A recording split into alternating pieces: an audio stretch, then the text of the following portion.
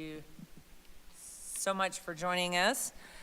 Before we get started, I'd like to share a few notes about our meeting format. Our meeting tonight is being held in person at Wheat Ridge City Hall as well as online. We have our Planning Commission here as well as staff and some of our applicants. In addition, you can also join online via Zoom. Or the Planning Commission meeting is being broadcast on Channel 8 and wheatridgespeaks.org. So if you are interested in speaking at tonight's meeting and you're joining online, just please raise your hand on Zoom or on the dial-in telephone call. There is a Zoom meeting link and dial-in information that is also available on wheatridgespeaks.org. When it's time for public comment, and there's three total opportunities for public comment tonight. Those who wish to comment can raise their hand on Zoom. If you are dialing in for the meeting, you can press *9 to raise your hand and *6 to unmute your phone. So if you do plan to speak online tonight, please keep your background noise to a minimum. And if you are not planning to speak, we recommend you just tune in on Channel 8 or wheatridgespeaks.org. So with that, we appreciate your participation in tonight's meeting. We hope to create a friendly and respectful atmosphere for public dialogue, and we appreciate your help in this process. So with that, I'd like to go ahead and call the meeting of the City of Wheat Ridge Planning Commission for December 1st to order. Tammy, may I get a roll call of members, please? Yes. Jonathan Shelkey. Here. Christine Disney. Here. Julianne Stern. Here. Melissa Antol. Here. Will Kearns. Oh, sorry, he's going to be late tonight. Daniel Larson. Here. Janet Leo. Here. Perfect. And if I could just remind you all to push your microphone button when you speak and don't sit back in your chair, actually. Sit up, please. So we can hear it on the recording. Okay, next item on the agenda is the Pledge of Allegiance. So if you would please stand and join me in the pledge. I pledge of allegiance to the flag of the United States of America and to the republic for which it stands, one nation, under God, indivisible, with liberty and justice for all.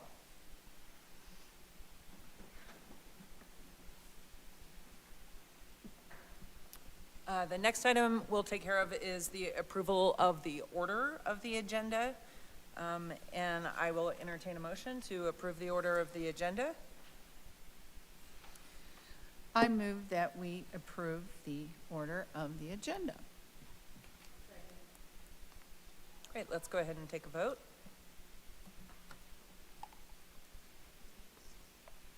Motion approved, 6-0. Thank you. Next, let's go ahead and approve the meeting minutes from our last meeting from November 3rd of this year. Is there a motion to approve the minutes? Madam Chair, I move that we approve the minutes from the last meeting. The second. All right, let's vote.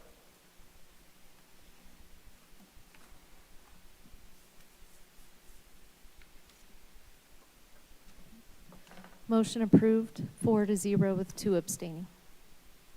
Great, thank you. So now we'll go ahead and open the general interest public forum section of our agenda. This is the time if you care to speak or comment on a subject matter that is not on the agenda for tonight. This is your opportunity to speak. You are asked to limit your time to 3 minutes, and you cannot donate your time to another individual.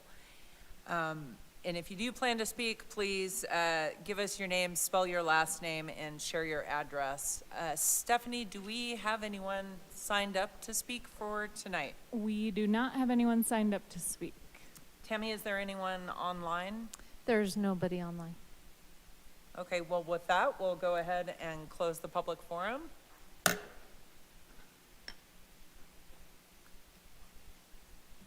We'll go ahead and move on to our public hearing. And as I mentioned earlier, we have one public hearing tonight. Our first public hearing is related to case number MS-22-05.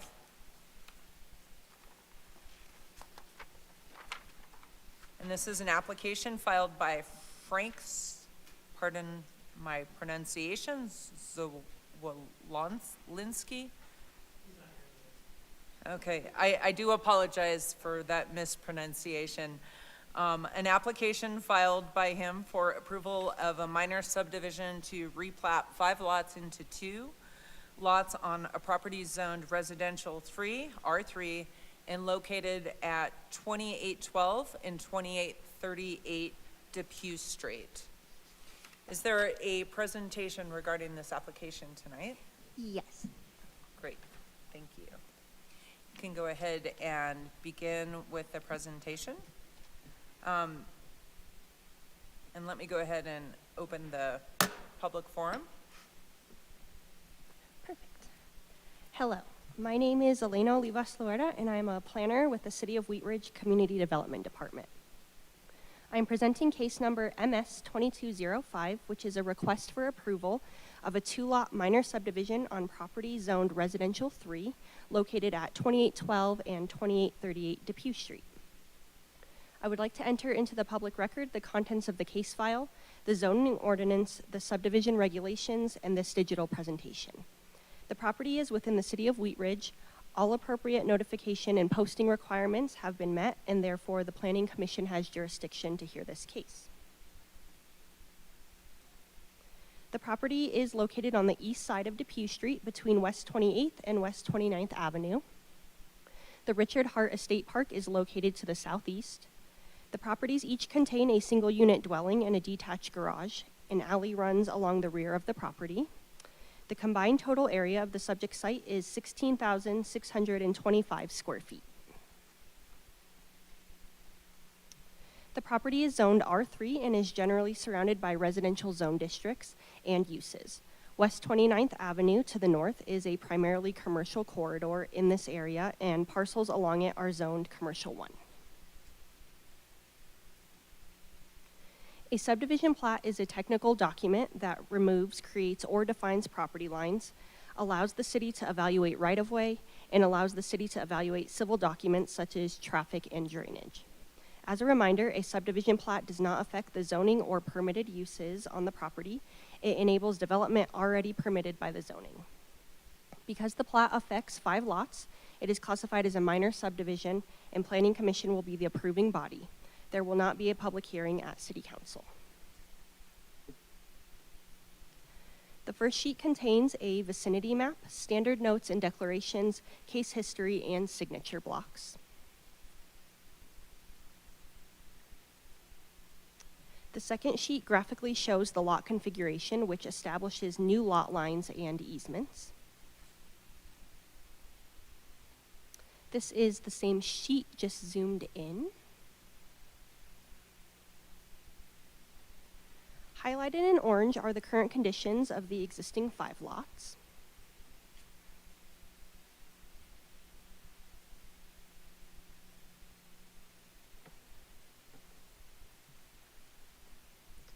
Outlined in blue are the 2 proposed lots. The city evaluated the adjacent right-of-way, and it was determined that the existing width of Depew Street is wide enough to construct the frontage improvements. Therefore, no right-of-way dedication was required along the frontage.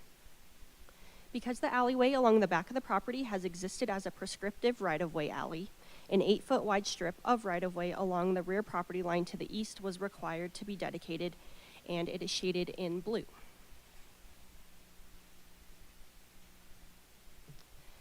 This image highlights the new easements being established, which are highlighted in yellow. Perimeter easements are required on all new residential lots. As part of the review process, the application was sent on referral to outside agencies and other city departments.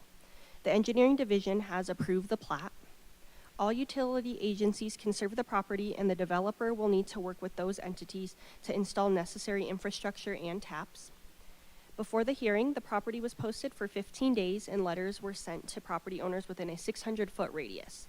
Staff received one general question, but no comments or objections during the public notification period.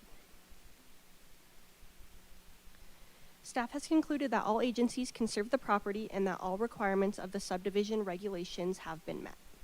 We are recommending approval with one condition. Fees in lieu of public improvement shall be provided at time of plat recordation. And that concludes my presentation. Thank you.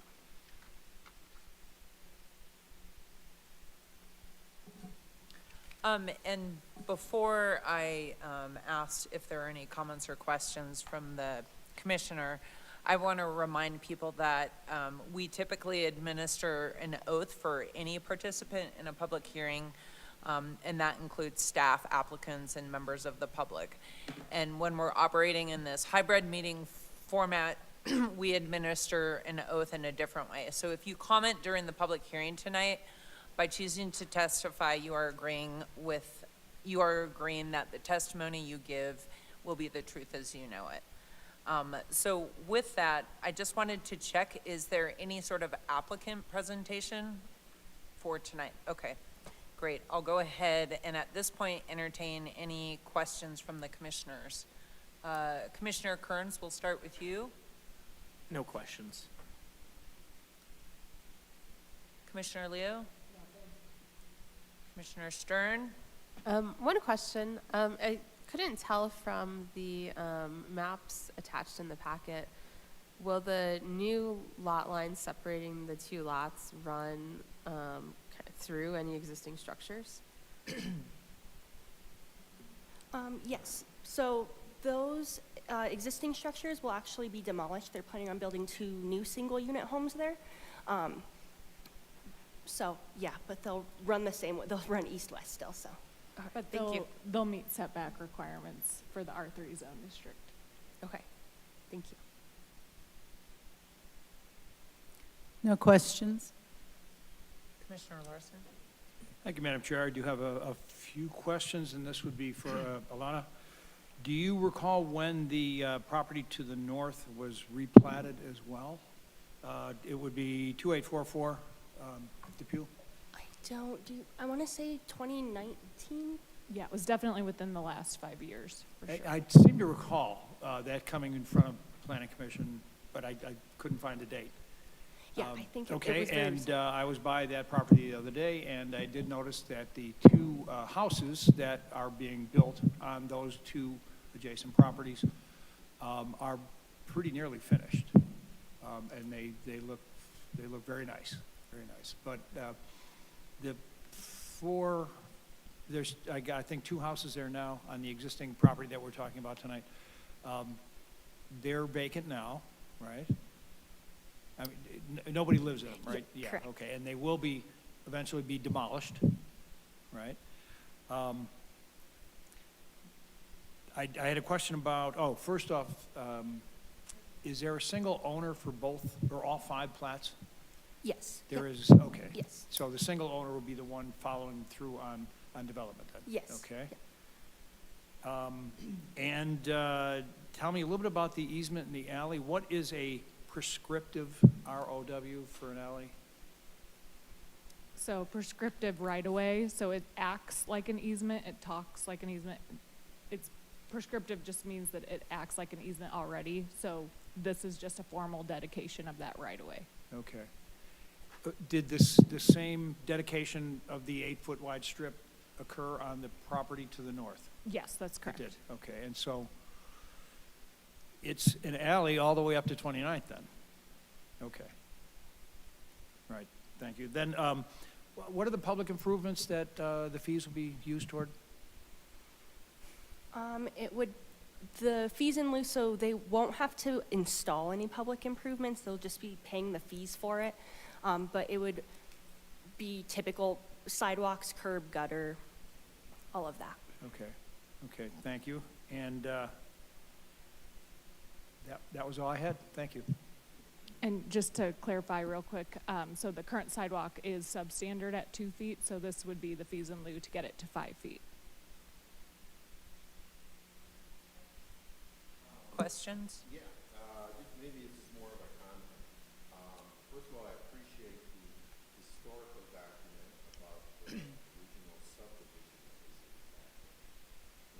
siding was plotted in 1890, is that right? And new development's great, but it's really nice to remember the history of what was there and came before. But other than that, I mean, this is a great, that's an impression.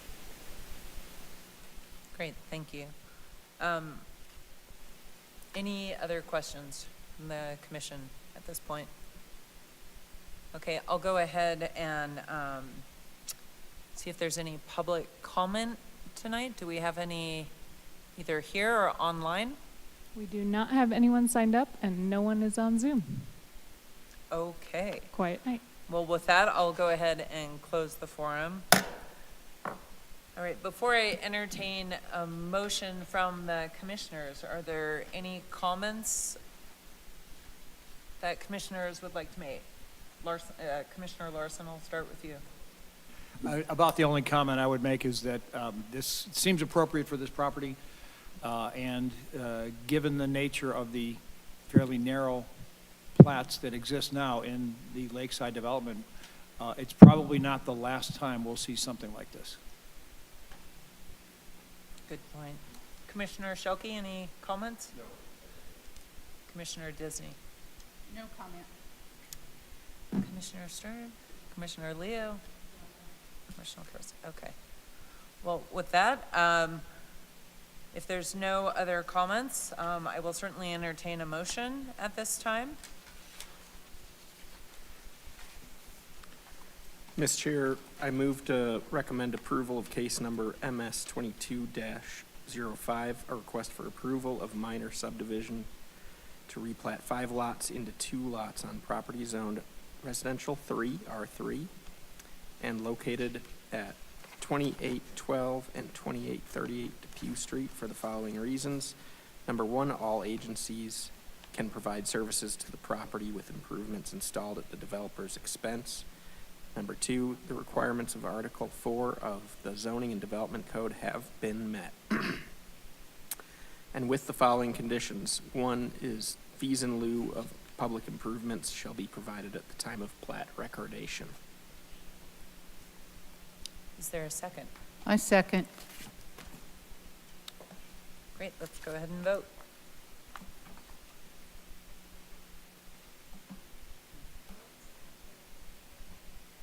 Apologies. Okay, there we go. Great. Motion right. approved, 7-0.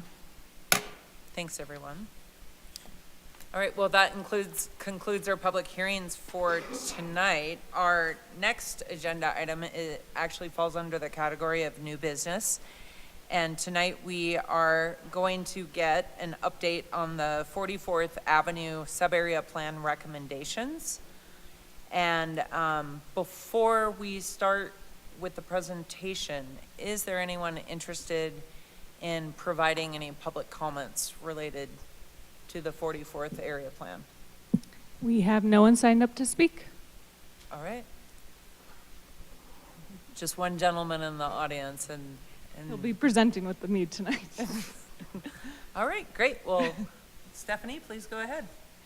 All right, so good evening, Planning Commissioners. I'm Stephanie Stevens, Senior Planner in the Community Development Department at the City of Wheat Ridge and Project Manager for the 44th Avenue Sub-Area Plan.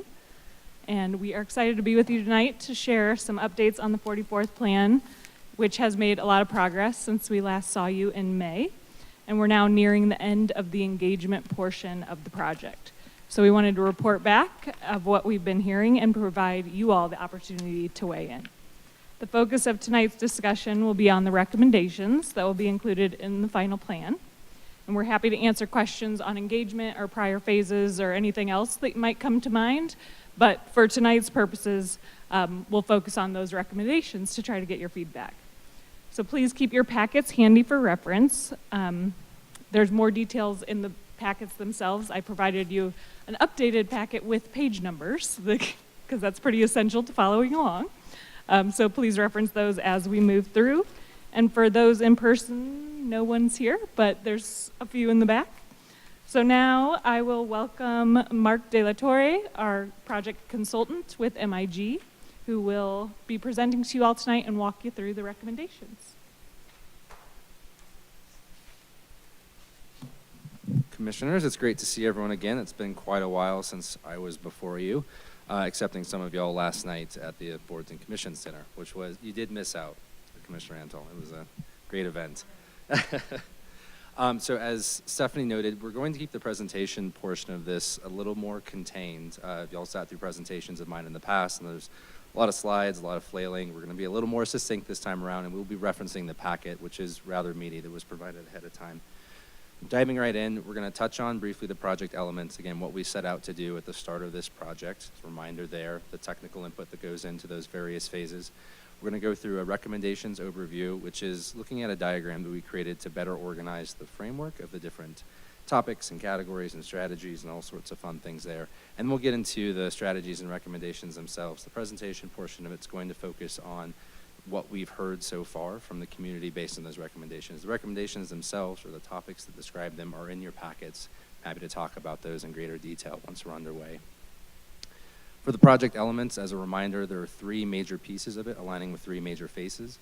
The foundation, which was the initial visioning and existing condition scan, moving into synthesis, which is taking some of those initial findings from both a technical standpoint as well as our initial conversations with the community, and starting to pull those together into some draft considerations and recommendations. And then the last piece of it is implementation. We're really at that hinge point now. We've taken some of those considerations and pulled them together for draft recommendations, and pending support on that, we'll be moving into how we actually get that done.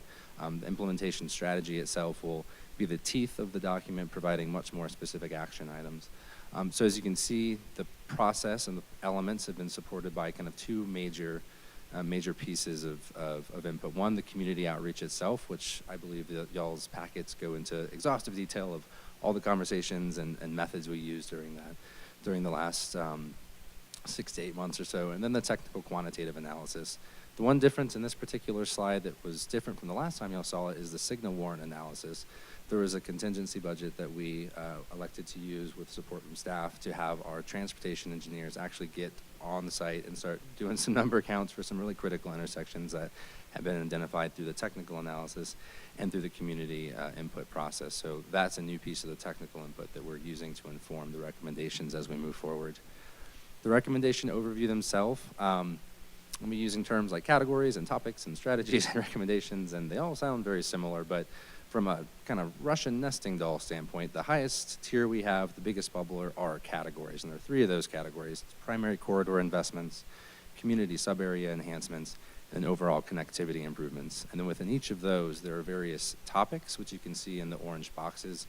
So for example, in primary corridor investments, you can see pedestrian experience. And within that topic, there are a number of strategies. And the strategies range from streetscape design to a family-focused activity center. And all of those strategies are where the eventually implementation matrix and that strategy is going to have the teeth, really digging into the details of it. The recommendations that y'all have in your packets are really speaking to those descriptively and have supporting bullets to talk about what that actually means. Okay, as I mentioned early on, and this is just the disclaimer, there's a lot of content that y'all have at your hands. We're not going to go through all those specific details. We're really talking about the summary of what we've been hearing from the community. The pie charts on these following slides are going to be reflective of the What's Up Wheat Ridge input, which is about 2/3, I'd say, of the input we received to date. We're nearing the 100-person mark, which is pretty exciting for folks contributing to the survey that we're hosting online at whatsupwheatridge.com. The same questions that we're asking on What's Up Wheat Ridge, also asked at the in-person event. And the nice thing is they're all tracking pretty evenly. It's a very similar takeaway from what we heard in person versus what we're hearing online. So without further ado, into the actual presentation, we're going to go through the major topics. We have about 8 to 10 slides here. And then those will talk through the various strategies and then some of the things we're hearing. You'll see the pie charts to the side. Green's going to be the percentage of support as a yes, like yes, we support everything that we've heard about it so far. Orange is neutral, don't really care what y'all do with that. And then the purple in there is going to be no, I don't like that. That's not what I want to see. So as you'll see, and that 8% up there is an error on that first one. There hasn't actually been any voiced opposition to this particular one in the description that's been provided for the recommendations. But the Kipling mixed-use node, if you refer to page 5 in your packets, Things that we're hearing from the community on that is support for some urban style design elements with a mix of uses rather than strip malls or standalone pads, prioritization of the ease of mobility for users. 92% supporting that particular topic and strategy. For the mixed-use interstate node, and that's on Kipling, getting closer to I-70. There's a note that housing as a program use should be commuter-focused, acknowledging its access to both the interstate as well as eventual northward connectivity to the rail line. And then also, and this is, I think, really poignant given the conversations around affordable housing and the planning that the city's doing on that behalf, but noting that if this were an area for affordable housing, that pushing affordable housing just to the freeway is not the best practice across the board. So being cognizant of the different types of uses that were in there. That's page 6 of your packets for the mixed-use interstate node. Travel center mixed-use node is on page 7. Attractive landscaping and improved traffic conditions are kind of the bare bone piece of that. But we heard everything from the community to tear it all down and build something new to like, hey, just make it feel a bit safer for us if we're over in that neck of the woods. So that one has a pretty wide range of things and considerations, and we'll be trying to unpack that further as we move forward. But again, as you can see, high percentages of support across the board for a lot of these elements. There seems to be a rogue 8% that keeps popping up in the top up there. That shouldn't be there on this one either. On the small business focus, under the existing uses in development, really strong support from the community at large, noting restaurants and art spaces, outdoor companies, and kind of catering to that particular industry. Support for reuse of existing vacant structures, like the new Image building we have on 44th on the north side of the street there. And a general discouragement of additional auto-oriented uses, knowing that that's not to say they're not providing a role, but perhaps we have that kind of market covered in the particular area. And that was pretty consistent across the board. Small business focus is going to be on page 9 of your packets. Moving to the residential and neighborhood focus on page 10. Again, strong support here. This is going to be in the area west of Kipling along 44th Avenue. A lot of it's noting the pedestrian experience in that particular zone, but the kind of hodgepodge parking strips and planters and signs and kind of a loose collection of different elements. And there is a desire to really provide some sort of uniform treatment as it relates to the pedestrian's ability to move through that space safely and comfortably. Also noting that while we're saying residential and neighborhood focus, there are a lot of great businesses, not just east of Kipling, but west of Kipling as well, and we need to be cognizant of those as we craft recommendations to speak to augmenting that particular area. And then again, along the major corridors, and this is aligned with what y'all found in the NRS as well, but if there is density, pushing it to the corridor itself. Within that existing uses and infill development topic on site improvements, code enforcement was one thing that came up just as a general thing to be cognizant of. There's overall support for art murals and various projects and ways of thinking about different amenities on sites, both for current users and future users. So we saw things like bike racks and covered parking and other sustainable metrics in there. On the building improvement side, we're on to page 12 now of your packet. There was again, stronger support. We're starting to see a little more neutrality in terms of what recommendations are actually used to support augmenting or enhancing existing buildings, and a concern around stifling creativity. We want to make sure that we still have that kind of organic and unique feel and character to the corridor as it moves forward. There are some other stronger focuses around energy performance incentives as well that we heard from a few of the community members on that one. But again, across the board, general support for the topics we explored in building improvements. Moving to the pedestrian experience, we're now on page 14 of your packets, C1, streetscape design. It's not something that we explored as part of this project, but there were notable comments that were provided around bike lanes and other elements within the right-of-way. Some of those other ones then I think evolved into how the street functions from the out of the right-of-way standpoint, or out of the curb-to-curb environment. So protected bike lanes and shared sidewalks, and I think we get into that in a little greater detail further on. But Again, addressing the streetscape, strong support from the community and across the board. And at a minimum, it starts with decent landscaping. Then from there, I think there are other items that the community was addressing in their comment. C2, nodal connectivity and easements. That's page 15 of your packets. Everyone was generally in support of anything that better connects the neighborhoods to the trails, and whether that's in support or aligned with investments on private commercial properties, there was general support for that. And I think that really aligns with this idea of permeability for the neighborhoods themselves and being able to better access some of the both local and regional amenities in the area. C3, we're on to page 16 now of your packet, the Family Focused Activity Center. That's really located at the entrance to Anderson Park at 44th and Field there. All the elements that are described in greater detail in your packets, that we generally had support for. There was some opposition to any sort of new development that was residential in that particular area. But the idea that the spaces in and around Anderson Park and the investments that the city has made to date could be furthered by additional investment in those commercial spaces focused on other community uses and city-owned assets as well. On to historic character. D1, we're on page 19 of your packet now, agricultural heritage and recreational tourism. While we are noting a little bit of neutrality. Hey, Mark. Yeah. Do you mind if we just pause for a minute and maybe sure. we gain feedback? Because I know it's a lot just in that original bunch, right? So that let's maybe focus a little bit of time on just discussing. That sounds great, yeah. Primary corridor investments, that whole category. So yeah, A through C, we're on that first category there, primary corridor investments. Real quick, Mark, can I get the spelling of your last name and address? Sure. Capital D-E space, capital L-A space, capital T-O-R-R-E, 4345 Brentwood, 80033. Okay, let me do a quick check with the commissioners. I know Commissioner Disney, you had a comment? I do, just to say how happy I am that you have plans for the travel center mixed-use node. That part of town gives me anxiety every time I go through there because of the short lights and how do you turn left into Edwards Meats and Sure. there, it's nuts over there. The And Edwards Meat Gauntlet is a dicey it's endeavor. dicey. And it's just really generally a lot of concrete and kind of unattractive. So anything that the city can do to spruce that up would thrill me to no end. And that's the only comment I have. Good. Any other comments from the commissioners? Commissioner Stearns? Looks like you're, yes?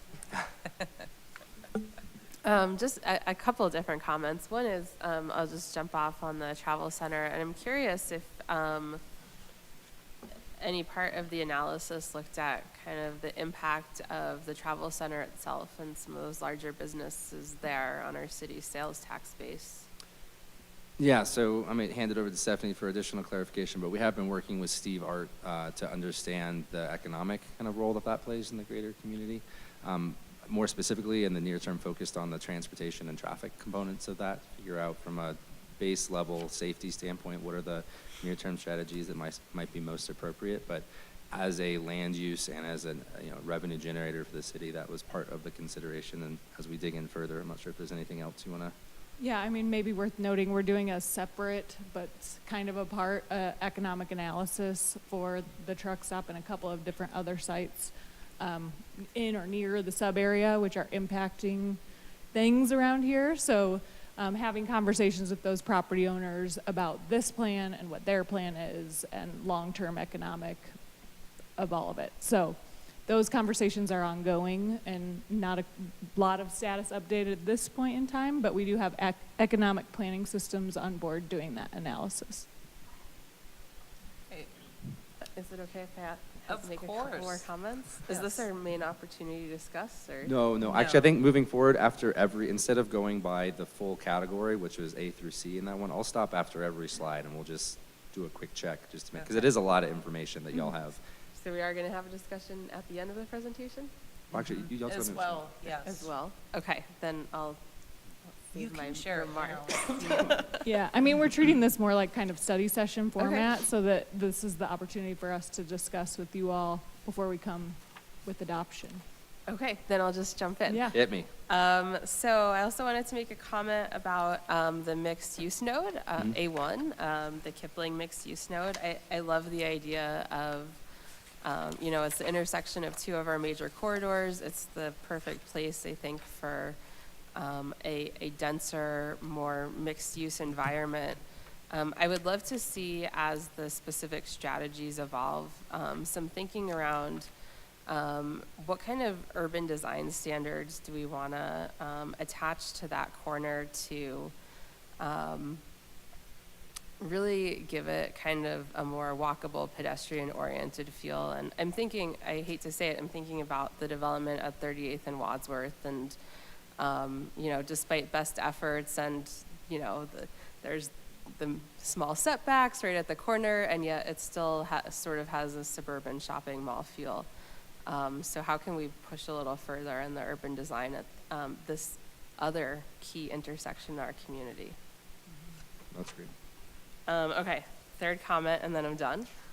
I am so excited to see the recommendation here, C3, for the Family-Focused Activity Center at Anderson Park. My family heads to Anderson Park on foot very frequently. You're a brave soul. This is one that I felt passionate about since before I was a planning commissioner. I love the idea of activating, as the recommendation in the packet says, this tremendous community asset. And I love the idea of mixed-use development. I think it's so interesting that there was opposition to residential development there, because what a great place to live near. And, I feel so envious of the houses that back up to that asset. So why not allow more of our neighbors to have that opportunity instead of a truck parking lot, if that's okay to say. Perfect. That's great. Any other comments from the commissioners? Commissioner Shelkey, go ahead. I guess I'm most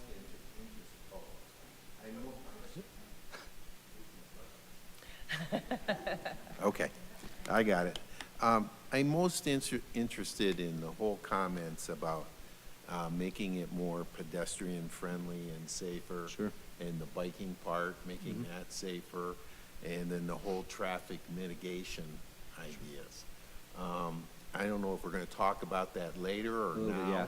Yeah, we'll definitely dig into that a bit more. as we So get maybe further we down. should hold that until we talk about it? Around traffic mitigation specifically, I think one of the things that you'll see in the later ones are specific to the intersections themselves. I mean, from the get-go there is no consideration of touching the curb-to-curb operations of 2 lanes in each direction.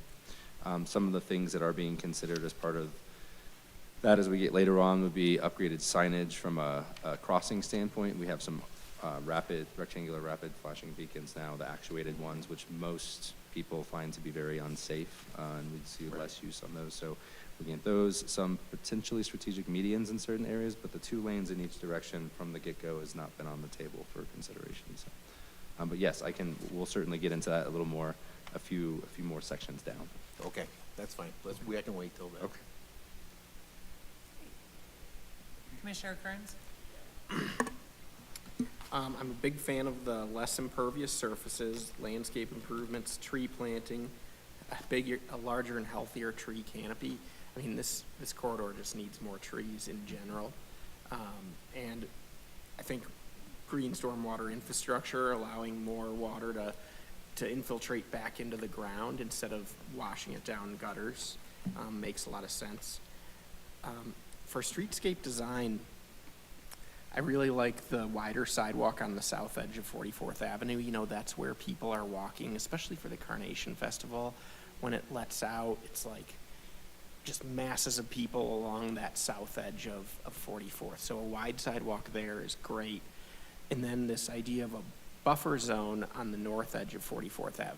Maybe the sidewalk doesn't need to be as wide on the north edge of on the north side of 44th Ave. And that makes sense, and a buffer zone could be a place to plant trees. My questions are about bike access. So it sounds like we're keeping the 2-lane in either direction format.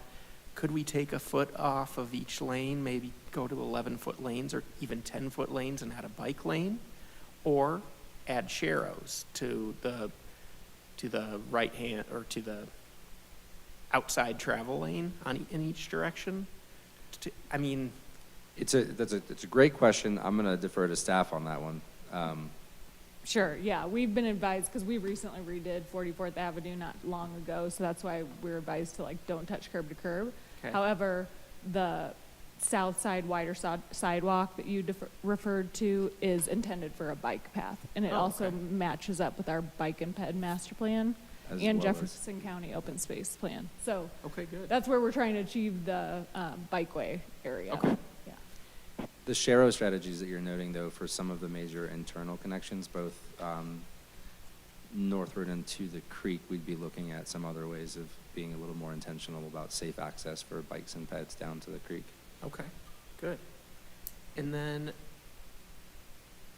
are there any alternate routes for bike lanes off of 44th Ave, going east-west or north-south? Yeah, And I we- think you mentioned getting down to the creek, so that kind Yeah. of covers north-south, but, And they're in the third category, which will be F and H, G and H. Oh gosh, that's terrible alphabet. A, B, F, C, D, G, E, and F, H, G. yes. G and H. There's going to be more of a focus Okay. on the connectivity piece, so we can dig into that a bit further in that section. Yeah, certainly. Commissioner Larson. Thank you, Madam Chair.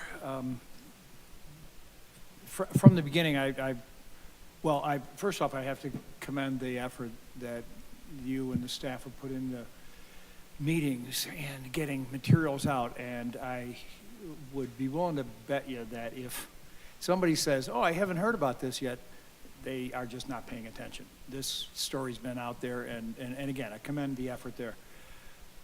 The first comment I would make has to do with the intersection of historical use and what's there now, what's coming down the road.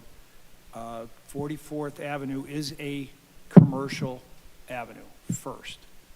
The historical context for 44th Avenue is commercial use. So anything that moves 44th Avenue away from commercial use, I think kind of is not a historical, is taking the historical content and moving it somewhere else.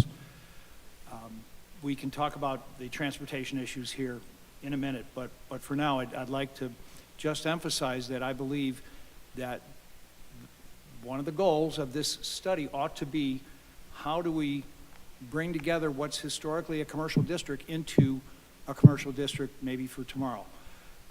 Residential uses are appropriate in some areas. There are some houses and there are plenty of apartments along 44th. But it is, again, primarily businesses, commercial businesses that need access to 44th Avenue. People need, when they have a destination, they want to pick up, they want to go to the bookstore, they want to go to the Swiss place. They need to be able to get there and get there as quickly as possible.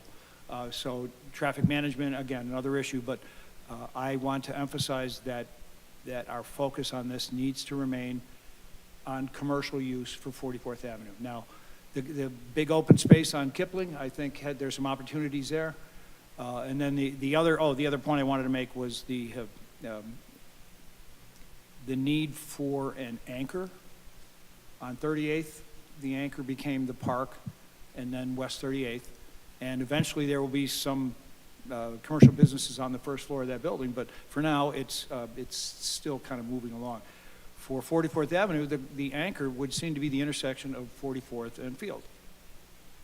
And having the park on one side and the entrance to the park there with the traffic light, it would seem that the properties on the north side of the street ought to be considered as a possible alternative use, put it that way. And that's about as far as I want to go. Thank you. That's great. All right, let's go to the next section. Keep marching along, sounds good. So as it relates to historic character, some of the areas that we were really focusing on is the agricultural, heritage, and recreational tourism, given some of our signature parks in Wheat Ridge are located in the sub-area with Anderson Park, Prospect Park, especially the investments that have made to Prospect Park recently, Fruitdale Park's here. So when we're thinking about this particular section, and we're on page 19 of your packets, still strong support, 84%, and again, this is tracking with the same levels of percentage of support from the open house as well. The idea that current urban agricultural businesses are a great kind of commercial diversity that this area offers, and that it might be a way to keep our community resilient as we move forward if we continue to support those. The idea that there's other amenitization for some of our historic properties that might better tie into community needs as it relates to a park setting. So a more formal connection between Prospect Park, Bauhaus, and perhaps even eventually up to the historic park as well, and really leveraging that as a larger community asset. And in general, this particular one, while the neutrality is showing a little higher there from a pure number of comments, those in support of this one are very strongly in support of this particular topic. The employment node is really noting the existing cluster that is strictly employment focused and partly through an industrial lens up in the very far northeast horn. It's where the truck driving school is. There's some materials testing, and there's some vacant employment property there now. But there are some really interesting ideas that came from the community. One, in support of the idea of, hey, we have this particular use here. We don't have a lot of those in Wheat Ridge. If we keep it, we should leverage the investment in kind of an employment area. The idea of an employment campus was brought up from the community. And the idea that if there is change up there, there's opportunities perhaps to provide better access for that community, and even north of Carr back down to the Creek Trail system there. And then just, I think there's a general appreciation of like, hey, that place, you know, it's truck driver school's not great, concrete plant's not great, but it is the thing in Wheat Ridge, and we're happy that you're looking at it as part of this particular plan. So with the historic character pieces there, and we're saying and historic's a little historic concrete plant, but the idea that there is an existing use there, and there's a tenure to that, and we're trying to retain that as part of this. I think that's how it fits into the historic character piece, but I think you had noted a lot of other elements to that. As it relates to D1 and D2, do y'all have any specific questions? I have a question, and this is going to show my geographical ineptitude. You're fine. I'm trying to figure out, I always thought that the truck driving school was by the frontage road next to I-70. Yep. So this isn't, so when you say sub-area, it's 44th and a few blocks to the north? Yeah, that so whole, okay, that's got it. It's a great question. So yeah, the difference in the approach to this plan, because that's, I mean, if you go back to the NRS, they identified corridor plans, right? Which you think a little, a few parcels deep. This is a sub-area plan, and really the boundary for it is everything from I-70 to Clear Creek. So I-70 is both our northern and western boundary, and Clear Creek is our southern and eastern boundary. And in part, knowing that while 44th Avenue, the namesake, is the major organizing feature, the role that the land uses play adjacent to that and their connectivity to the corridor, we looked to a larger geography to provide that guidance from a more comprehensive standpoint. But that is a good question. And just maybe worth noting is the employment node that he's speaking to is designated right now in our comprehensive plan as an employment area. So that's kind of just taking that and running with it for the future too.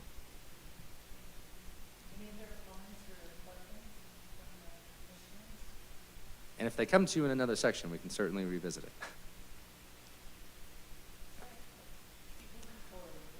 Awesome. So still in that community sub-area enhancements, larger category, looking at residential uses, there are two items we touched on, one on existing neighborhoods and a second on general housing. For the existing neighborhoods, it was really looking at ways of slowly augmenting kind of the residential character based on pressures that exist today, but in a way that sets up strong parameters for understanding on both the city side as well as the community side. So there's really two kind of, and you can see the no here actually jumping up, or opposition to it. We're up to 8%, up from 2% on some of the other ones.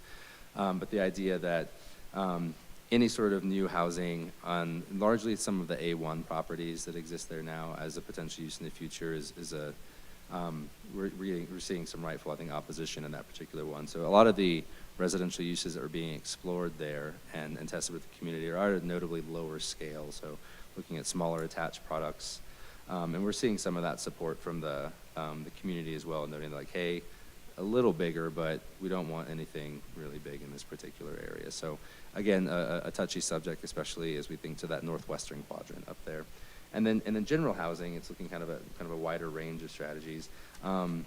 Still some kind of, I'd say, general concern around any sort of high-density housing, and we haven't quantified or qualified high-density housing as part of this project, and it means different things to different people. And I imagine the affordable housing plan process is getting a little more into the weeds of that, but general concern around any sort of high-density housing. But also on the flip of that, knowing that there are a lot of different housing typologies that we can be exploring as part of providing a broader range for the community, both in the 44th Avenue sub-area as well as the larger Wheat Ridge community.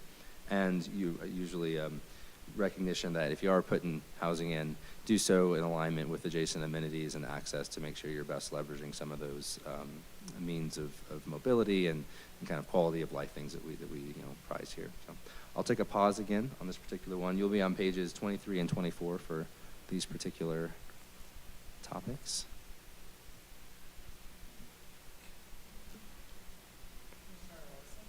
Go ahead.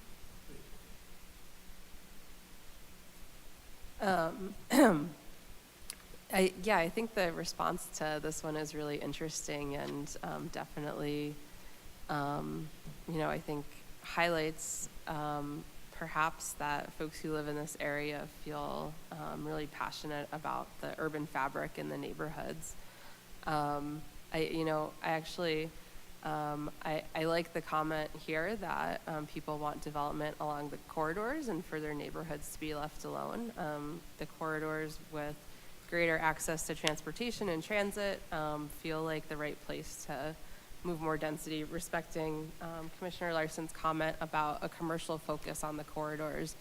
I also want to draw the connection between enhancing the commercial character of the corridor and greater density.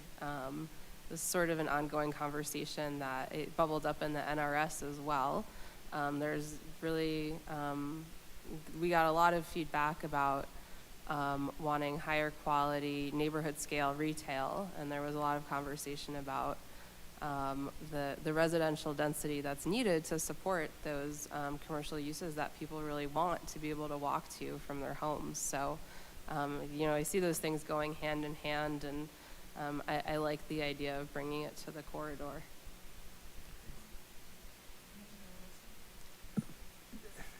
Looking at on E2 general housing page, throughout the sub-area to support a healthy land use mix and more neighborhood serving commercial uses. And I believe we just heard a comment about how we look at neighborhood serving commercial uses. Help me understand that. So, sorry, your question is, what are neighborhood serving commercial uses? What would a neighborhood serving commercial use look like? Yeah, certainly. So it's going to vary. I think as part of this particular effort, and what I'm understanding from the community is it, at its simplest form, is variations of different dining at its simplest form. Other pieces of it are going to be like more, I'd say, day-to-day services that a community member might look for, whether it's kind of corner store level or something that's a bit more specific. I think the note that we're seeing for the neighborhood serving commercial uses is that there is such a predominant use type from a commercial standpoint in the corridor already that doesn't serve the everyday needs, but more niche needs of kind of community, and that's specific to the auto focus there, that there's a wider range of retail, both from a service standpoint and a dining standpoint, that would better serve the everyday needs of the community. So I don't have that specific. It's definitely going to be a barbershop and Yeah. but it's kind of in that range of uses that have a higher frequency of everyday repetitive use for a community, as opposed to. I would have to say that you would have your hands full trying to come up with something that would satisfy the demand for Sure. more restaurants and nightclubs and taverns and that sort of thing, places that people often say that they are looking for, versus the kind of unique character of some of the shops that you have on 44th Avenue now. Sure. That while they do serve a very definitive clientele, Mhm. They may not serve the people that live down the street. And so, again, makes 44th Avenue a fairly unique destination for drums or guitars. That's true, yeah, or custom wood products. You have Coruscant, Madeira, Right. and then, the third I always forget, So in a small, the- it's a great point, and it's a tough one to balance with what we hear from the community, like, hey, these are great, and we love the fact that they're there, but like, I'm only buying so many raw, unsurfaced, log tables in a given, so I think you're right, not to diminish that, because there is a lot of support for that as well, and perhaps even more so, like, hey, it'd be great if we had a bunch more funky businesses that did their niche thing, but we're putting it to a place where we as a community would, okay, I'm gonna pop in the Coruscant, I'm gonna walk over to Right. check out what Heidi's doing at Swiss Flower. I think right now that concentration's perhaps absent, and within that concentration, I think there's that continued, like, yes, let's have that, but we also need a few other things that we can use on the day-to-day, so. So, and I heard you mention earlier about the differentiation between a multi-unit facility, whether it's residential, commercial, whatever, and individual standalone pads. And is one discouraged over the other? We have plenty of businesses there that sit on individual pads now, but if an opportunity comes in for a redevelopment, then would that sort of business be discouraged, or how do you sort of reconcile that part of it? Yeah, it's a good question. I'd have to look back at the specificity of the language we have in there. I don't know that it would be discouraged outright. Stephanie, is that your interpretation of it? Yeah, no, there's no limitation kind of on multi-unit or single-unit business focus in there.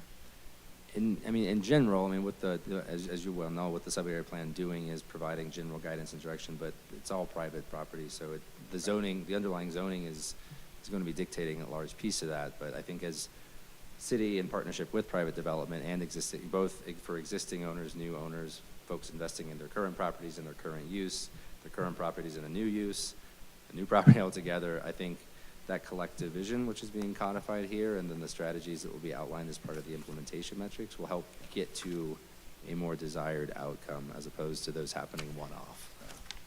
Well, as I said, you guys, you have your work cut out for you. That Stephanie does. Okay, any other comments from the commissioners?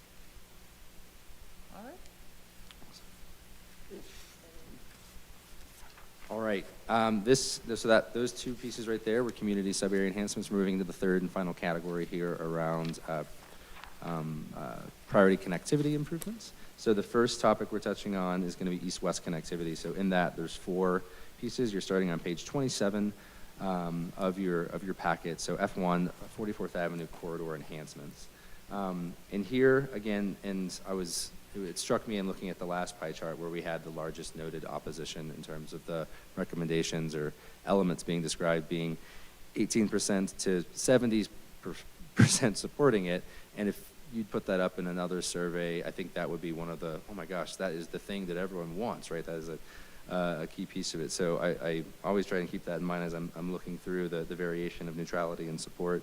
But around 44th Avenue corridor enhancement specifically, this is something I think is the impetus of the plan, such a primary corridor for Wheat Ridge, and a lot of the things we've heard from the community from the get-go that we heard and our takeaways following the Let's Talk resident engagement program for this particular area, some of the perceptions and realizations around public safety, is it looks, with a few exceptions, generally the same as it did from what most residents told me in the 80s, right? There's not a whole lot of things that have changed that where folks are like, oh yeah, 44th Avenue today is the place. There's a lot of that same kind of character, or perhaps in areas a lack thereof, that the community has identified as like, we need it to be more cohesive. We need it to be that corridor that better serves the commercial destination movement for our citizens moving along it. So we saw, strong support for public art, the constant support for, as y'all probably know, undergrounding utilities. That's going to be a strong thing supported in the vast majority of communities in terms of the visual impact. And fortunately, in 44th Avenue, there's only, I think, 1 or 2 pinch points where they actually impact the flow of travel. But in general, those utilities, fortunately, are out of that way today. But the idea of of taking those down and really focusing on pedestrians being able to safely move along 44th Avenue was a key piece of that.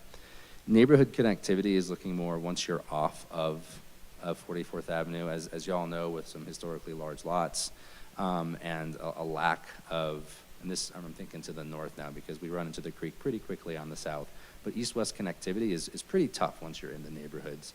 You can jump up to the frontage roads, you can come on down to 44th, or in certain areas you can connect to the creek, but east-west connectivity is pretty challenging in a lot of that, especially to the northwest quadrant up there. So when we think about how those streets function, knowing that we don't have a really connected grid for people to easily navigate, the idea of being intentional about traffic speed and different, and then some of this builds from the neighborhood transportation management in the NTMP, but safety on those streets, and then eventually connectivity if redevelopment should occur. So one of the items you'll probably noted in there is that should some of these areas redevelop at a lower density, that new connectivity should be part of that consideration to better connect the east to west and that northwestern and throughout the sub area.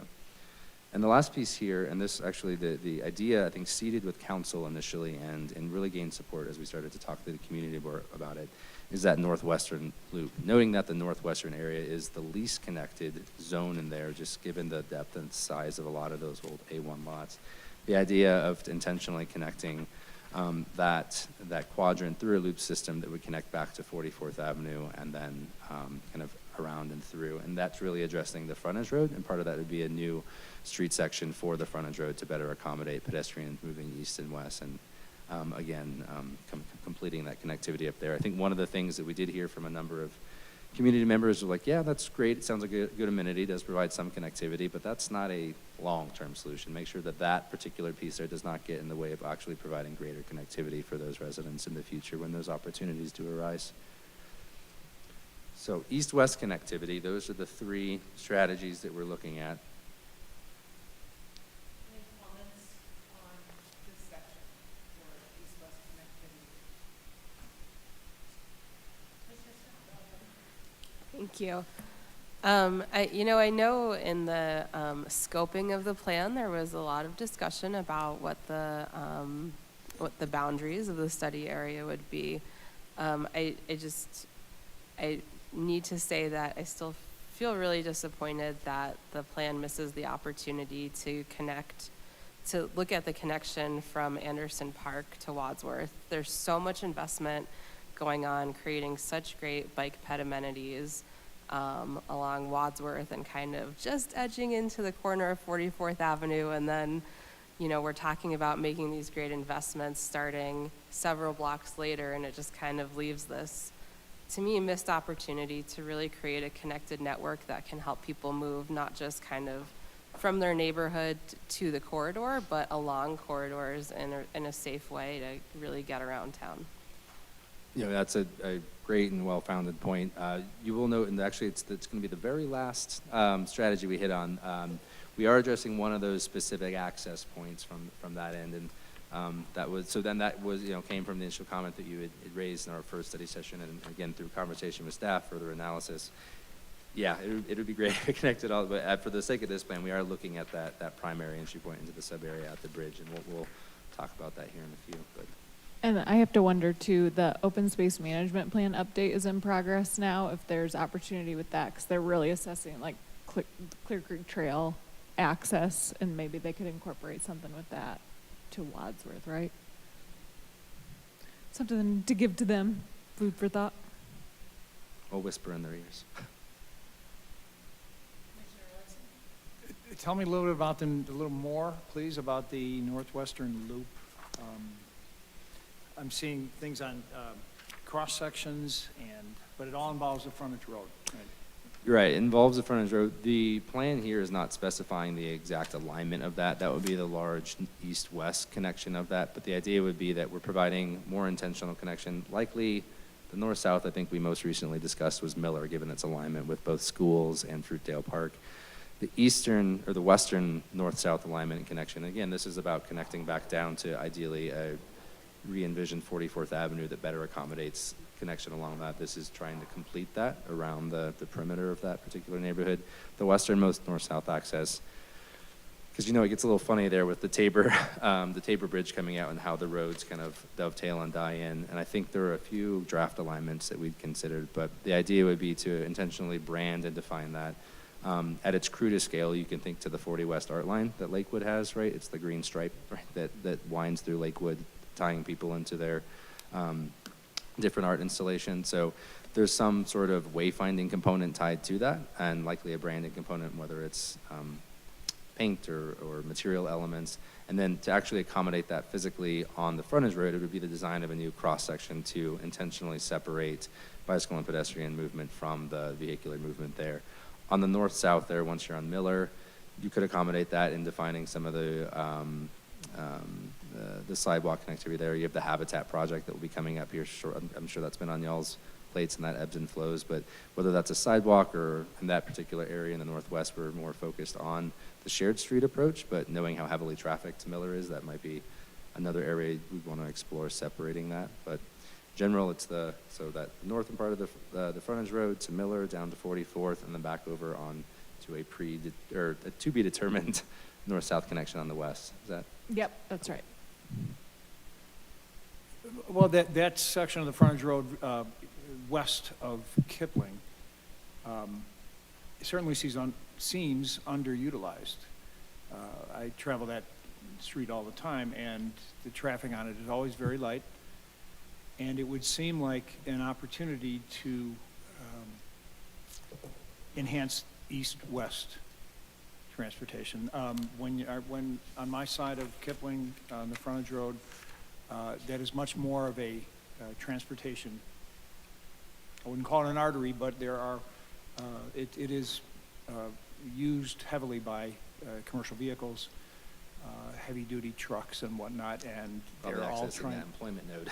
Yeah, exactly. And so it would seem like that the opportunity is that stretch of the frontage road from in front of the school all the way out to Tabor to do something innovative that would allow bicyclists that east-west, and then I did read some things about improving through pass under Kipling and under Carr as well. But the Kipling one would seem to be the priority because it's such a busy intersection there, and there's so many things that could be done. I did see something about maybe somebody suggested a bridge at Miller Street over the interstate. That's something that we heard relatively consistently from the community, focusing on a bike ped bridge, but a vehicular bridge was brought up at one point. We looked at a number of different alignments, and while I think that's something in there that certainly could be explored in greater detail in terms of the feasibility, you're ultimately connecting the two school destinations, Fruitdale Park, potentially, obviously the denser multifamily, and then the hospitality uses to a shopping destination to the north. So there's some consideration for that there. It would be a expensive undertaking, especially given the uncertainty around the Kipling interchange project right now. So in looking at the bridge prioritization, knowing that Tabor is the sole connection west of Kipling, especially the only connection to the G line up there, the recommendation currently is looking at Tabor Bridge to either redesign, build adjacent to, or reconstruct to better accommodate safe kind of movement to the north. Yeah, and that's actually yeah, going to be in the I next read section here. Something about an attached pedestrian bicycle bridge at Tabor, which would seem to make sense and in terms of feasibility would seem to be more plausible than building a brand new bridge at Miller, although the bridge at Miller makes so much more sense because your access to the train station there would be greatly improved. Yeah, and it's not to discredit it entirely, but I think when we had the same issues of trying to figure out prioritization, I think based on conversations and some of the recent actually analysis that Fair and Piers has performed about how Tabor is functioning at 44th, and then the proposed connection and formalization of the connection of Tabor South down to Clear Creek, the investment there and that north-south alignment is something that we're seeing a lot of kind of confluence around on multiple topic areas. But it's a great point. And then to wrap this up, the idea of the signage, and it's emphasized throughout this. consistent signage through there that would direct people to Garrison, where I am. And it just seems like such a more favorable way, if I'm on a bicycle, to get from one side of the interstate to the other is to take Garrison, because it has bike lanes all the way up. And from there, you can get over to Kipling fairly easily. I would think that would be, if you're looking for ways to make it easier for bicyclists to get from one side of the interstate to the other, Garrison is where you want to direct them. Yeah, certainly. Yeah. That's all I have for now. Great, thank you. All right, it looks like we have a couple more sections. Yep, two more to go through, yep. Almost there. So actually, Councilmember Larson, the G2 here, speaking specifically to those bridges and underpasses. So north-south connectivity, as y'all know, is pretty gosh darn challenging there. There are on the east side connections at Carr, at Garrison. Probably another reason we're seeing heightened traffic in that area. But once you're west of that, there's no north-south connection between Kipling and Tabor, which on 44th is my favorite non-signalized stretch in all of Denver, 2 miles of traffic management. But specifically on the north-south connectivity, looking at what our regional asset is, right, Clear Creek, and a better access to that, and formalization of some of the existing social paths that do exist. If y'all happen to live in it, District 3? District 4, dang it. I'm District 2, the other districts don't matter. I'm just kidding. In District 4, connection to the creek from any of those streets, there are ways to do that. There are ways to probably better facilitate that based on what you're connecting to on 44th Avenue and then across 44th Avenue as well. And in coordination with the Open Space Management Plan and their proposed alignments and points of connectivity based on habitat restoration and likely amenitization of those, access to the creek and formalizing that in certain areas was a big resounding kind of thumbs up.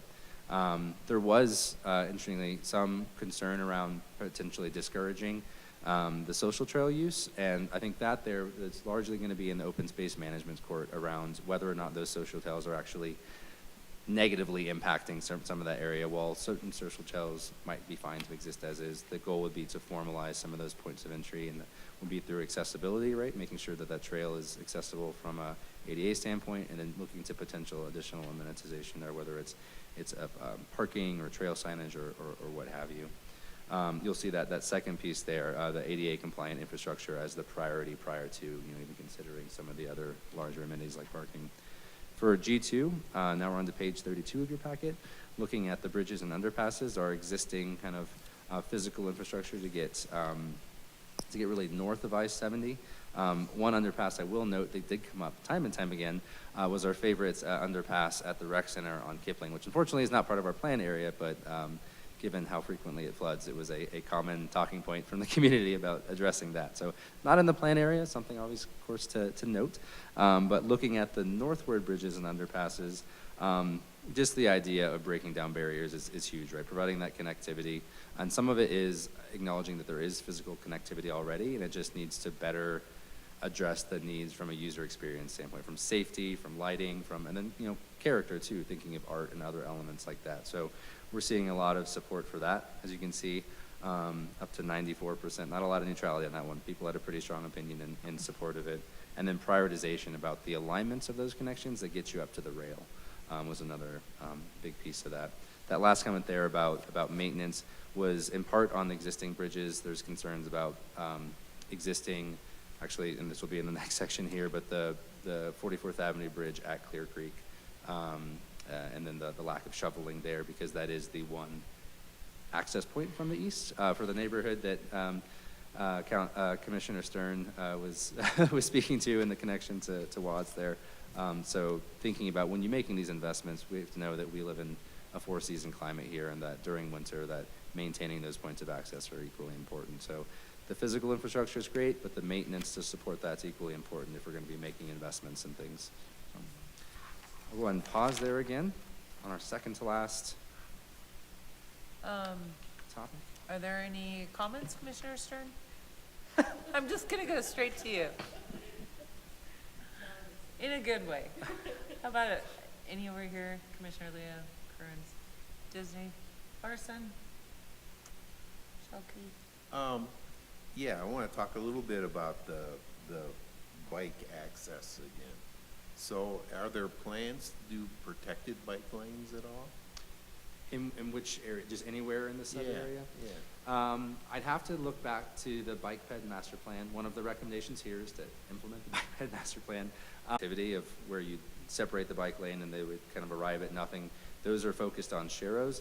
The frontage road where the cross sections, a new cross section's being proposed, could theoretically accommodate just a separated one in the same, whether it's buffered or buffered and physically separated with vertical delineators, but that there certainly could be an area, but other than that, I don't believe that's being. That's not in this plan, but like Mark said, the bike and ped master plan might have some in here, and then we do get a lot of comments on the neighborhood traffic management program here too. So it might be somewhere in engineering's court. We can follow up on that for you. Yeah, because I guess my observations are the surrounding communities have been really doubling down on the protected on-road bike lanes. And I haven't seen that happen here in Wheat Ridge. It's a really great point. I think the thing that we're grappling with, and if there are areas that come to mind, we're happy to explore them further, but they're usually tied to that larger system, or they're getting you from another bikeway or another destination. And because the only thing that connects everything is 44th, and because we're not allowed to touch the curb to curb, it was a tough one to find those opportunities for. But Garrison has them, and you're right, Garrison's a great access point there to the north, and one of the places I feel safest biking in the community, given that separation, the striping, and what have you. So we can take another look at it. I think it's a good point. I'll check on the bike and med master plan, because I think that would actually govern versus like the 44th Avenue sub-area plan, since it hasn't come up as a community piece or through our technical analysis. So we'd probably have to lean on bike and ped master plan for that one. Can you remind us, like, why this plan is only looking at curb to curb, given the, like, high use of this corridor? Why wouldn't we consider making investments in bike ped infrastructure? Yeah, I'll do my such as best. are being suggested? I'm not an engineer, so I will follow up with them to just confirm, but it was widened within the last, 10 years. Close to when like Heidi did the flower shop, I think. They did a complete overlay and infrastructure design for 44th. So the intent was to save our money in that regard and try to keep, plus the just classification of the street. So it needs to act as a 2-lane each direction to get people through, because it really is a mover.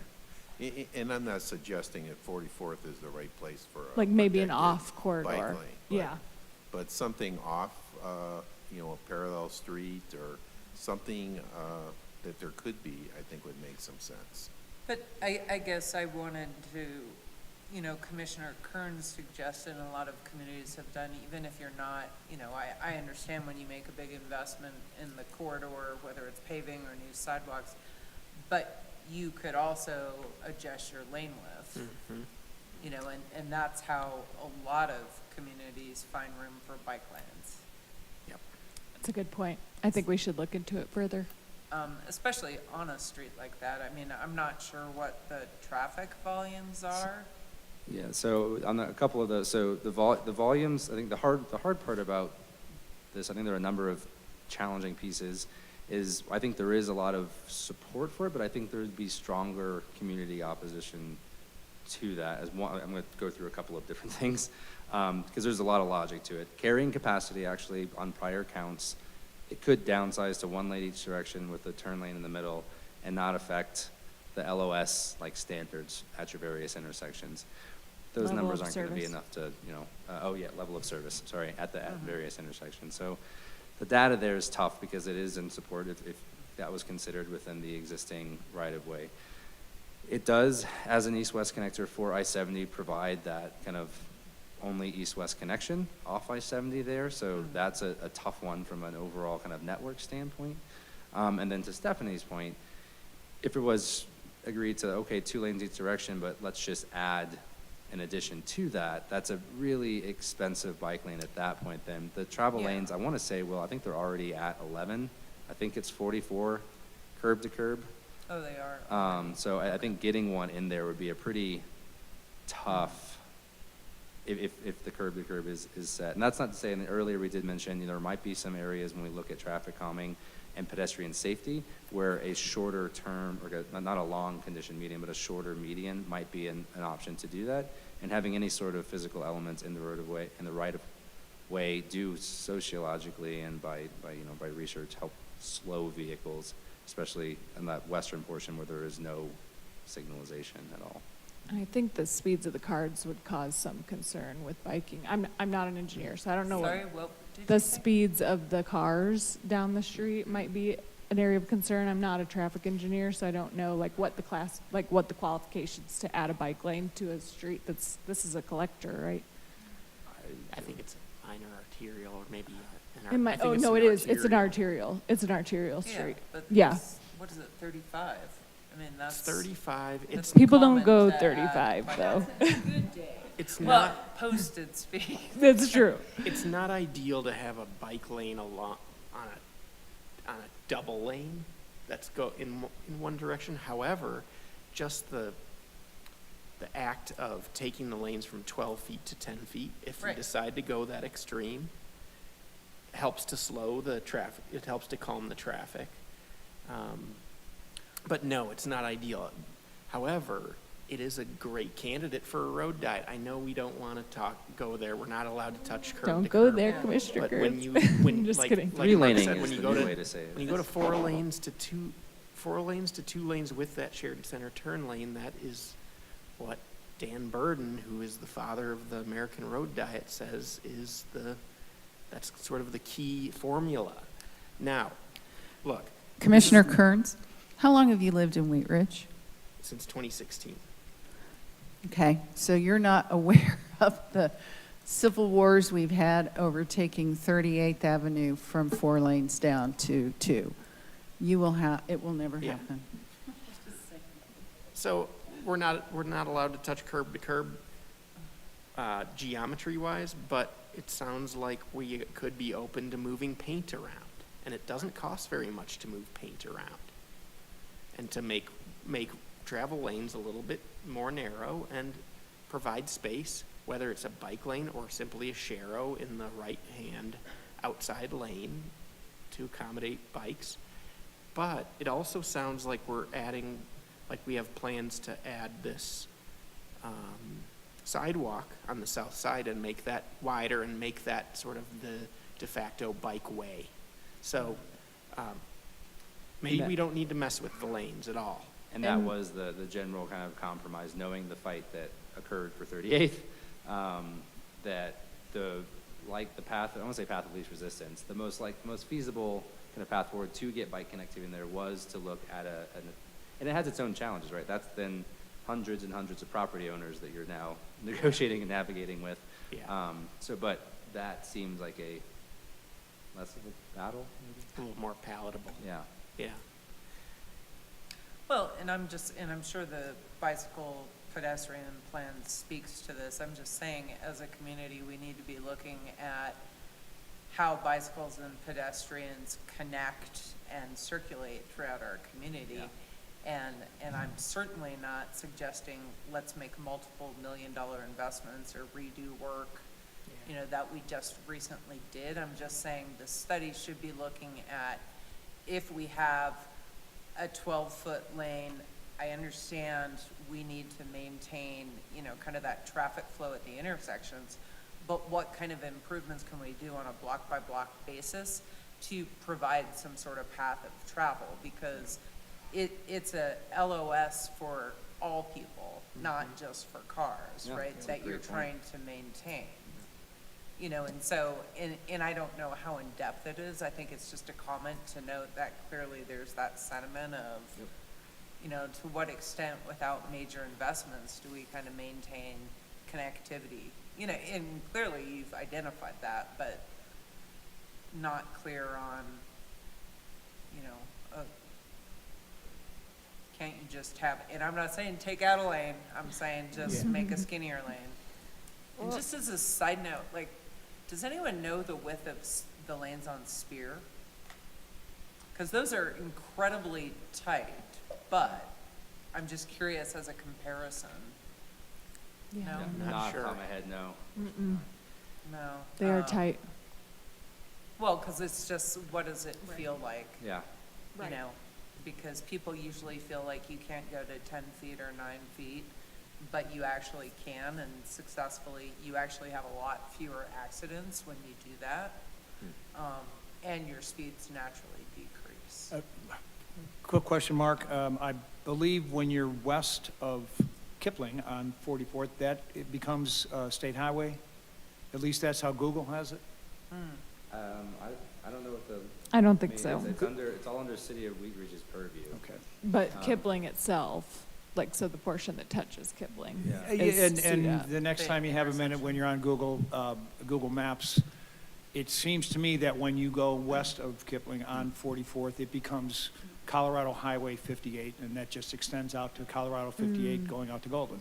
Yeah, I Oh, don't think interesting. that's actually the case. And if it is a state highway, does that limit or at least specify what you're allowed to have in terms of lane width? It most definitely would, but it's not. It's a city street.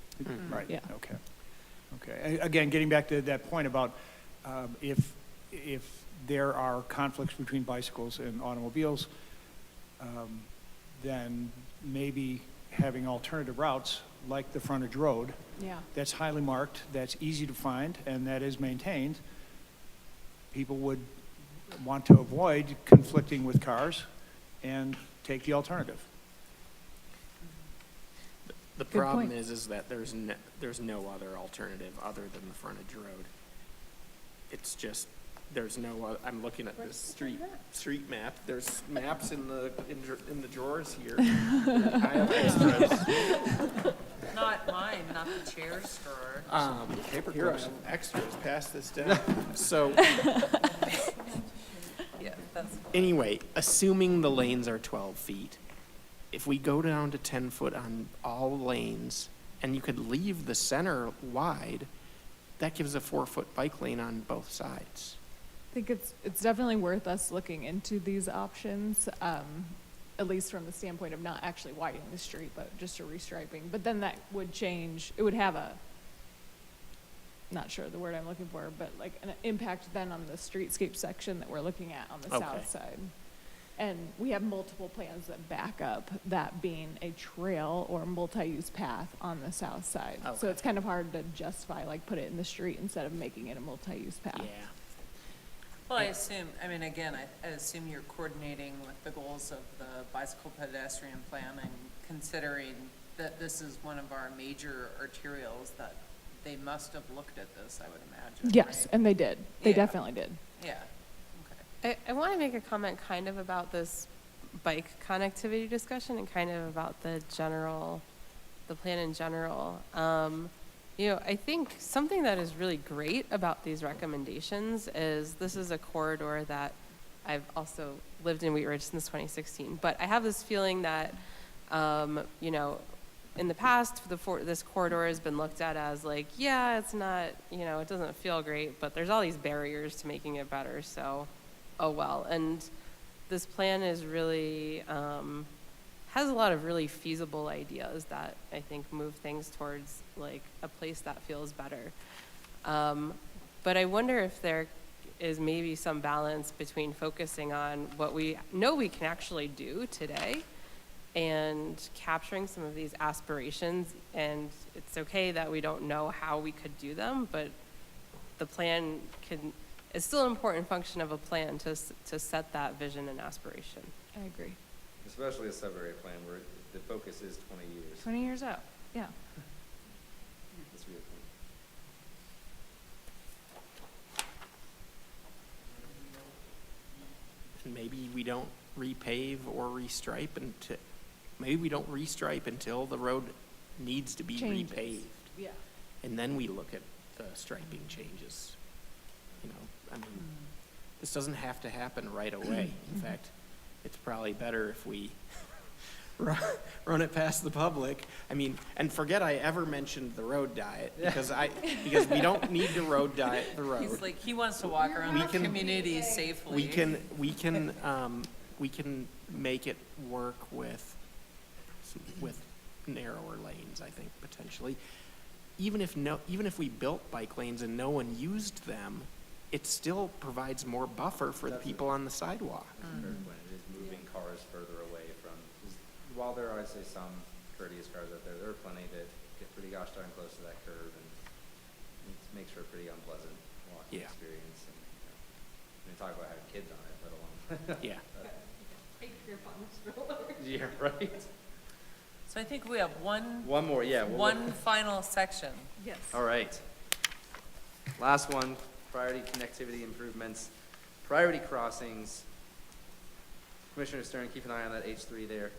So the three here, and we're starting on page 34 of your package. The first one is looking at specific intersection improvements, and you'll note the lack of a pie chart for this particular one. When we went out to the community, both for the public meeting as well as in the online survey, that was during the counting period where we had fair and peers really digging into the details of the intersections that had been identified in preliminary analysis and in response from the community. So those intersections included, well, this one's not an intersection, anything adjacent to the travel center, like kind of that stretch in there.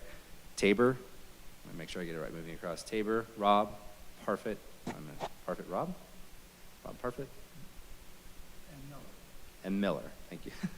I had the sequencing off there. So the Fair and Peers team, our transportation planning consultants and engineers went back out for a signal warrant analysis to better understand from a vehicular standpoint, is there a need actually to signalize some of those intersections? Based on initial comments from engineering that we actually had earlier this week, late last week, was last week Thanksgiving? This week? Earlier this week? This week. It all blends together. We're actually going to double back with some of that analysis for the warrant, specifically at Miller. Initial findings actually had Miller as not triggering a warrant for a signalization there, given the counts they had. There are a number of other warrants that might trigger that, though, that in coordination with engineering staff, Fair and Peers is going to go back in and look in greater detail. Tabor hits all but one warrant for signalization, obviously with the proximity to the on-ramp, Ward, and then Travel Center, which their western access point, which is the center point between Ward and then the on-ramp, actually also triggered a signalization based on a couple of factors, not through the base condition, but in considering heavy traffic, which is a modifier, which we know given the traffic there, it is heavy traffic with the large semis, and noting that base speeds in the corridor, as y'all have noted, are posted at 35, but that is not the actual realized speed for the vast majority of it. So assuming those two conditions, the westernmost access point also hits the warrant for signalization there from a vehicular standpoint. Obviously, with 4 lights in that close proximity, new timing sequence would need to be considered, but those right now have all hit the warrants for signalization. From a pedestrian standpoint, they looked in greater detail at Miller as well as Robb and Parfit. And given that the RRFBs, which are the rectangular rapid flashing beacons, Commissioner Kearns, I'm looking for a nod. Yep, okay, that's what recommendation there from a safety standpoint, though the ped count did not warrant that based on the required pedestrians per hour, which I want to say is 20 as the minimum threshold, which neither of those met. Given the investments and activity assumed around the schools, the park, and potential investments in Bauhaus, from a safety standpoint, there is still a recommendation to upgrade those to either PHBs, so the pedestrian hybrid beacons, which are the big overarm. Oh, there we are. We're on the top image. The top image there. So an overarm condition as opposed to the actuated push button that signals cars to, or please request cars to stop. And then depending on the navigation of the pedestrian, they sometimes stop. No one knows when to go first there.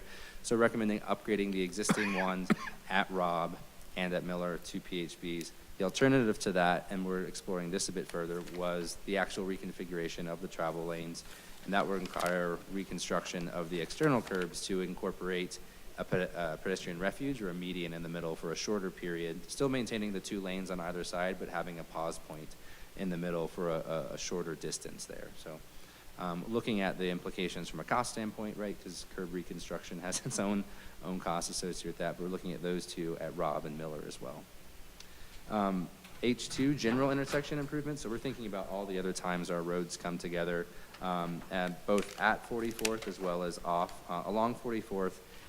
We have a couple of splayed conditions where our curb ramps, where you're on the sidewalk and then you're on a curb ramp down to cross, are angled at a diagonal. Some actually do a 90-degree wiggle, which is really hard for continuous traffic, especially if your bikes are currently operating on that. So just encouraging alignment that is parallel to the flow of traffic, and there was a lot of support around that. There's also people were getting pretty creative of other ways to slow down traffic, and that Shell's earlier points restricting the width of travel lanes, and that might be pushing into the flow of travel a little bit there. Those, again, are comments coming back from the community, not necessarily part of the recommendation just yet. And then the last piece, and I saved it for last, H3, 44th Avenue Bridge at Clear Creek. Actually, we had to paraphrase some of this because there was some very colorful language describing how the bridge functions for the community right now from a number of community members in terms of feelings of safety and being able to navigate that, not just in the winter, we talked about sewing, but just the width of it on a given day. So it's most folks identified it as being very unpleasant and unsafe.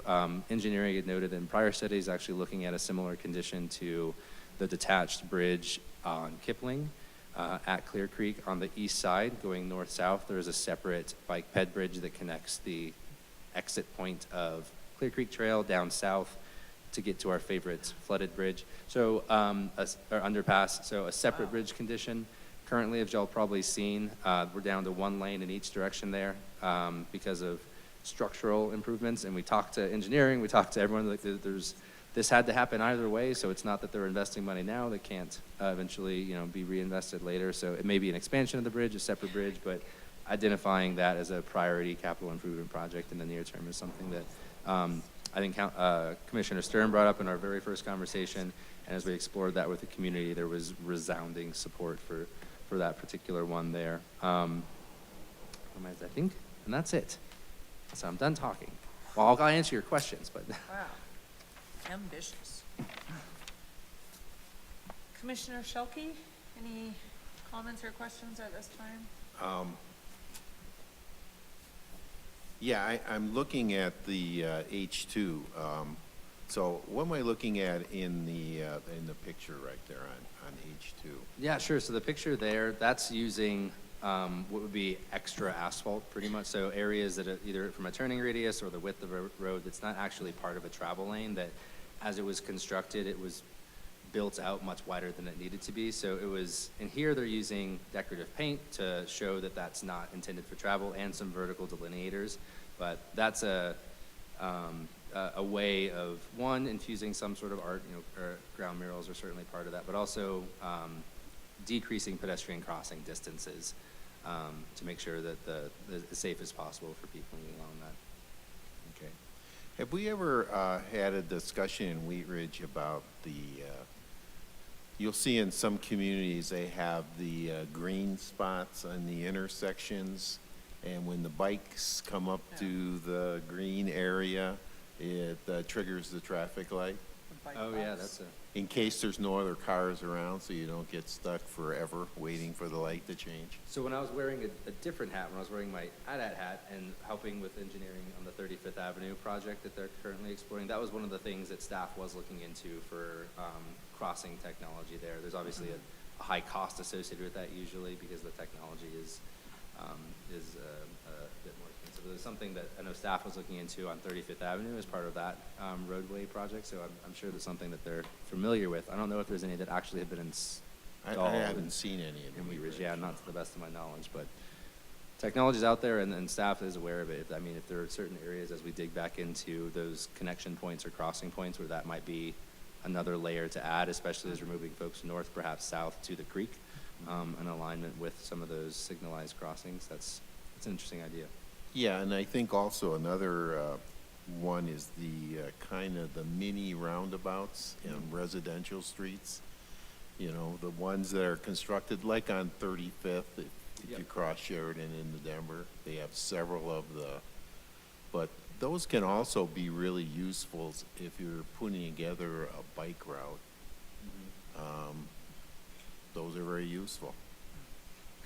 I'm just Yeah. concerned about, we don't end up with one like on 17th, the new gateway to Edgewater. It's pretty, I mean, I don't mean to interrupt your train of thought, but when I saw that, consider roundabouts. I mean, it's just the amount of right-of-way it requires, to me, almost impacts the character in some area, depending where you put them. Well, yeah, I know what you're talking about, but there's these mini roundabouts on 35th as you go into Denver, and they're fairly small, asphalt in the middle. Yeah. It's for a residential street, and it's a good traffic mitigation strategy. It slows things down. Yeah, those smaller ones, I don't think they change the right of way at all. No, not at all, those. yeah. Yeah, To they're more- prevent continuous straight, Right. traffic Yeah. kind of moving there. Interestingly enough, we've heard that for 44th as well, some concern around signalization, but we've actually heard a number of comments from the community about roundabouts on 44th as a means of stopping traffic from free-flowing west of Kipling. It's not something that we explored in any detail, but that would be, Commissioner Ansel, one of the likely bigger pieces there if that was ever considered. So I didn't expect that from we did see a bit of that for 44th as a traffic calming. Yeah, I think to the degree you're talking about with neighborhoods, I've seen that be successful. I think it's a different type of consideration when you're looking at it on a corridor. Sure. Oh, definitely, definitely. Yeah, the ones in Edgewater, on 20th there, both at Harlan. Oh, and then- 20th, yeah. And then right up next to the Target. Yeah, those are big. I guess it serves as an entryway. Commissioner Larson, did you, Yeah. you had and- your and- finger on the trigger. No, I just wanted to, again, compliment the effort that the staff and you guys at MIG have put into this. This is it's a big, big project, and I hope the citizens of Wheat Ridge appreciate the work that's gone into this. I know that it is going to be a difficult, I think you guys have the biggest hurdle you guys are going to have now is when you come out with the final recommendations and people see things that they don't agree with. And we hope we can avoid some of the 2-lane, 4-lane wars that we've had in the past. But when you start talking about traffic and you start talking about changing the character of an existing area, because that's really what you're looking for, and that's how you also get to the future, is you change things. As far as the specifics on some of the recommendations here, I think at this point it's still preliminary enough. There hasn't been $1 put toward any specific project, unless I'm mistaken. I think the traffic study makes a lot of sense. That's a good way to spend the money now. I'd also think that some of the folks from economic development would probably have some input on some of these specific properties that the existing revenue coming in now, potential revenue for something down the road. But I'll go back to this idea that 44th Avenue is a characteristic of Wheat Ridge, the way it is now, and if we talk about changing significantly that character, then you could probably expect some opposition. Yes. Thank you.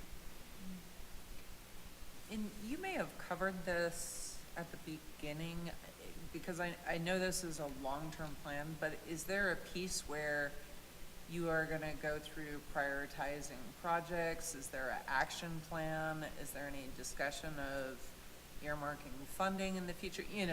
Like, is there regulatory mechanisms that may help that whole piece? Yeah, certainly. The how we make it real piece. Could Yeah, you so remind me? Yeah, totally. So mostly we wanted to first check with the community to make sure that topically as we start moving down this funnel, because as you recall from even the first conversations, and if you've partaken in any of the outreach so far, there haven't been a whole lot of outliers. There's been this is all it's really been kind of sharpening the pencil as we move in. So the next big stage, again, and assuming we didn't have any red flags from the community, which it seems we're generally pointing in the right direction, and from y'all, it sounds again, right direction, an implementation strategy section of the document. Right, I mean, right now, just on the drafting side, I've been working to translate descriptive bullets into actions, and I think I'm at 156 or something right now of prescriptive type things that like help get to that piece. Part of that is going to be ranking those based on financial magnitude, right, of kind of low-hanging fruit versus Great. other pieces. Roles and responsibilities, what are things that we would anticipate a city taking lead on? What are other things that y'all want to push to the private development community?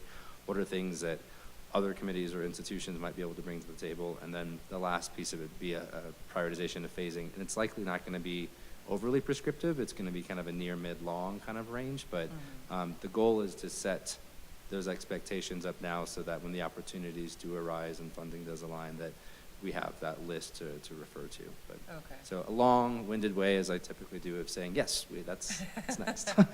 No, well, I mean, you just, again, demonstrated kind of what a momentous task this is, and you've done a great job kind of distilling all these community input opportunities into a series of recommendations. So thank you for your work. I appreciate that. Thank you.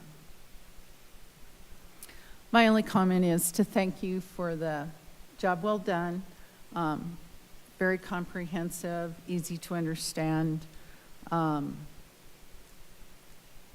Wheat Ridge being the town that it is, there's going to be people that rise up and say, you didn't talk to enough people, you didn't gather enough information, but I would argue that that's not the case, and thank you very much. Appreciate all your hard work. Thank you. Yeah, I will just echo.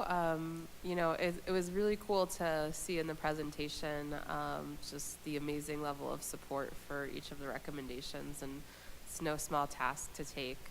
Lots of, as we talked a little bit about tonight, diverging opinions and really strong emotions and feelings about kind of the urban fabric, and distill that into a list of things that both have strong support and will really make a difference to how the corridor feels. Great. Awesome.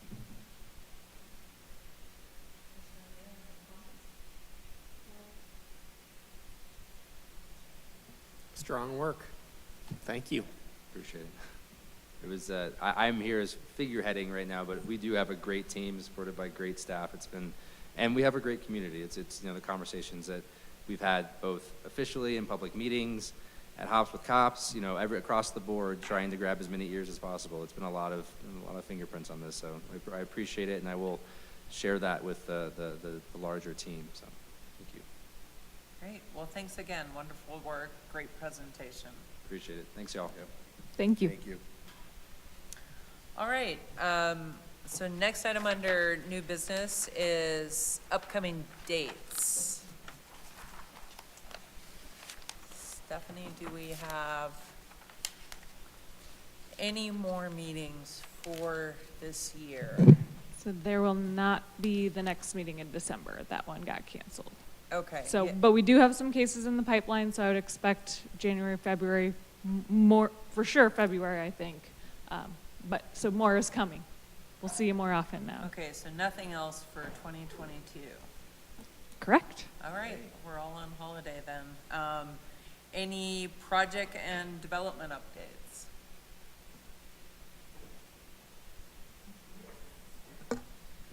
So just a couple things.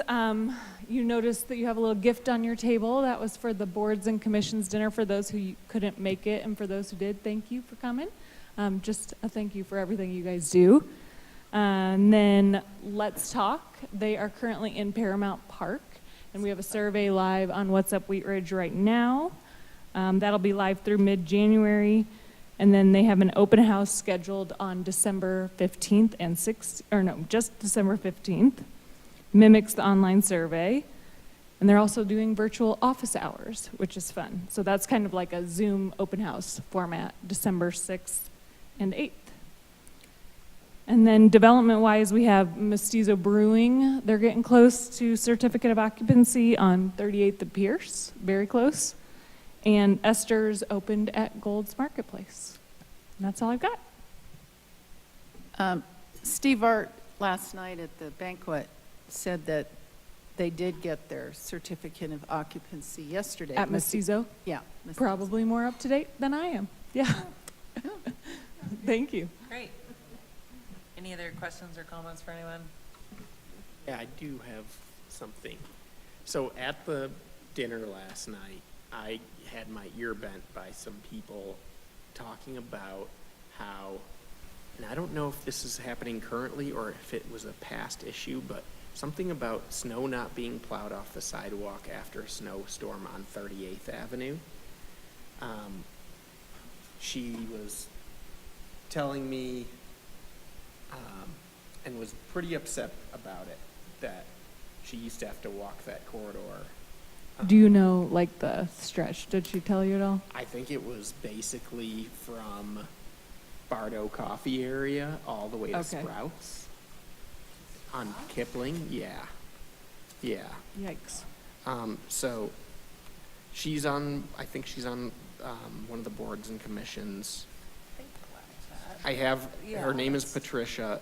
I have her number. I can share her contact Okay. info with you. Lauren and I can powwow about that one. Yeah, and she gave me her phone number. Maybe it's worth a follow-up phone call. Okay, yeah, we can Because definitely call her. It did, I couldn't tell if it was like, is this happening currently, or did this just happen to you in the past? So, Right, gotcha. 'cause Worth I'm following pretty up. sure Yeah, if you the- could send us the the sidewalks are information. getting plowed after snowstorms by, I've seen them out there with the, It with kind of a depends on if it's side-by-side machine. private development or city, Okay.